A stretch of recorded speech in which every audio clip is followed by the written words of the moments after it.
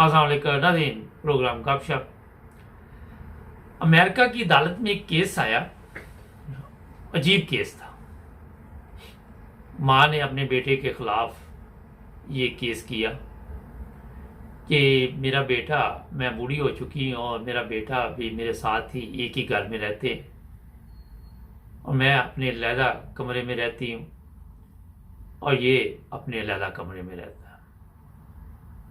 और प्रॉब्लम ये है कि इसने एक कुत्ता रखा हुआ है और ये रोज़ाना अपने कुत्ते को बाहर लेके जाता है, घुमाता है, फिराता है, उसकी सफाई का ख्याल रखता है, उसको वॉशरूम वगैरह नहलाना धुलाना ये बड़ा ही ड्यूटी देता है। और मैं खिड़की से बैठी ये नज़ारा देखती रहती हूँ कि अपने कुत्ते को कितना ये टाइम देता है। और फिर ये कि अपना उसके खाने पीने का बहुत ख़ास ख्याल रखता है, उसकी खुराक लेके आता है। और दूसरी तरफ ये है कि कुत्ते के लिए भी एक ज़बरदस्त किस्म का कमरा बना के दिया हुआ है इसने और एक बेड लगा के दिया हुआ है। मतलब हर सहूलत इसने इस कुत्ते को दी हुई है। मगर जब मैं इसे कोई काम कहती हूँ, बुलाती हूँ, तो ये कभी मेरे कमरे में 5 मिनट भी नहीं आया। कभी इसने मुझे ये नहीं पूछा कि आपको किसी चीज़ की ज़रूरत है, आप बीमार हैं, आपको कोई किसी किस्म की परेशानी है, या मेरे पास आड़ के बैठे, क्योंकि अब मैं ज़ाहिर है अकेले रह रह के भी तंग आ गई हूँ। सारा दिन मैं टीवी लगा लेती हूँ मगर कई दफ़ा टीवी देखते देखते भी बोर हो जाती हूँ। तो मुझे कोई बातें करने वाला चाहिए। मैंने ये मेरा एक ही बेटा है और मैंने इसे बड़ी मेहनत से पाला, बड़ी मेहनत की इस बेटे पे। ये केस दरख्वास्त दी गई और इस पे मैंने अखराजात भी बेशुमार किए, इसको पढ़ाया लिखाया। आज मुझे इसकी ज़रूरत है और मैं ये महसूस करती हूँ कि मेरे पास ज़्यादा नहीं तो 5 मिनट निकाल के आए और बातें करे मेरे साथ। और फिर बेटे ने भी ये मुकदमा जो है अपने वकील, दोनों ने वकील किए, तो बेटे ने भी इसका जवाब दिया कि मेरे पास टाइम नहीं होता।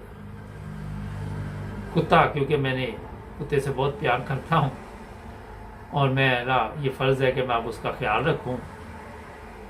मेरा वो साथी है और मैं उससे बातें भी करता हूँ और भी ये है कि मेरा वक्त अच्छा गुजर जाता है।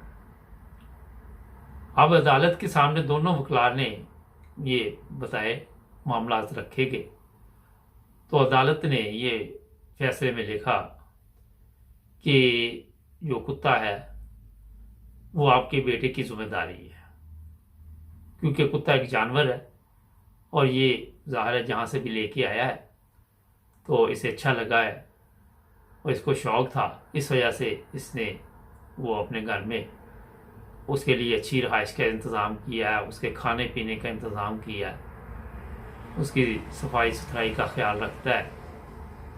तो ये तो इसका फ़र्ज़ है। जहाँ तक वो अदालत ने लिखा कि माँ के हकूक़ हैं, तो वो गवर्नमेंट की ज़िम्मेदारी है, इस बच्चे की ज़िम्मेदारी नहीं है। अगर आप बीमार होती हैं तो हॉस्पिटल राब्ता कायम करें। अगर आप बातें करना चाहती हैं ओल्ड होम चले जाएं, वहाँ पे आप जैसे बेशुमार लोग होंगे। और ये है कि हम किसी पे ये सख्ती नहीं कर सकते कि आपके बेटे को कहें कि आपके पास आके 5 मिनट या 4 मिनट बात करें। 18 साल की उम्र के बाद ये जो आपका बच्चा है, ये बालिग है, ये अपनी ज़िंदगी के फ़ैसले खुद कर सकता है। ये एक आज़ाद है और एक आज़ाद मुल्क में इसने जन्म लिया।